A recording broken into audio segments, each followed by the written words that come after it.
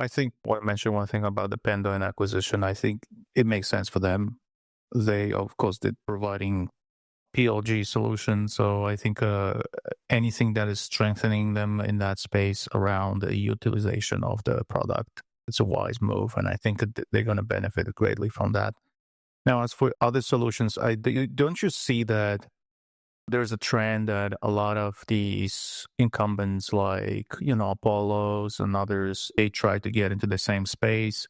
Now, in my opinion, they're facing the identity problem at some point because, when you build a product around the transactions, at some point there's a question how quickly this is going to become commoditized and you're just out of the pocket, right? Like you just nothing left and you have to go after something that is much more complex. Okay, maybe I should have a CRM, right? Maybe I should have some marketing, to Lizzie's point, attribution solution, right? So these are the much more meaty and difficult pieces to solve, but also they can build the features that are competing with you. How do you see that? Yeah. So naturally, that's always going to be a question mark, right? You've got these large incumbents that have brand awareness, they have vast amounts of data, they have the money, the technical strength to technically build what you do, right?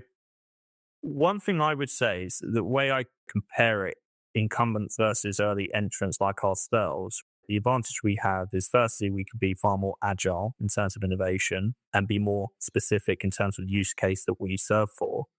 But also the analogy probably best to use here is similar to baking a cake, right? So incumbents already have their cake baked. So all they can do, for example, with like AI is add a frosting on top, right? To make it look sexy or appealing. Whereas I think early entrants or new starters have the ability to kind of bake AI into their cake mix, right? So we are going to be able to add a lot more value right off the bat. And therefore, I feel for me, like where I see what's going to happen, we're seeing signs of it, is these incumbents naturally, they have technical debt, they're slow moving. The smartest move for them is to acquire early stage companies like ourselves, bake that into their offering, validate that. So I think that's what's going to happen because in order for them to survive, they will need to do that. And I think for me, that's how I see what's happening in this space with the incumbents and new entrants. That's how I believe it will pay out. I could be wrong, but I feel that's the kind of signal we're getting and what we're seeing at the moment. I think that's one of the most distinctive elements of what is past, what is future in the product development and the go-to-market. I think that's how are you building? What are you putting as a core versus what you're putting as, like you said, it's a frosting or a layer of fancy strawberries.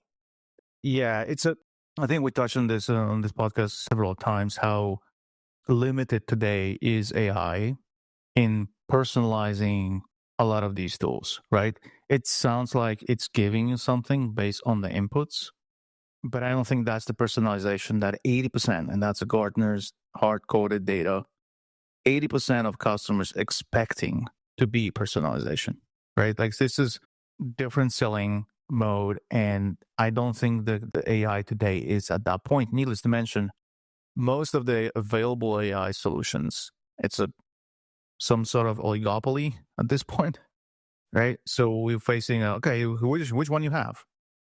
And everybody knows all of them, right? Because it's less than 5. It's not a kind of proprietary solution that each of these companies developed. Now, the new solutions, new entrants, they have ability to do this, right? You can build the AI, maybe leveraging some of these models, but actually adding layers of more of your proprietary querying, database, combination of different sources that can give you that feeling that something is unique and is maybe personalizing this a little bit more. So I agree on that point, on that approach. We don't know that's going to be the end game.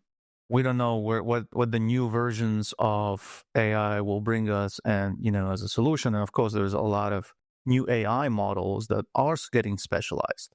So we'll see what it's going to take us. But as of now, I don't think the future is clear. It's what's the future against the past in that space. So very valid point.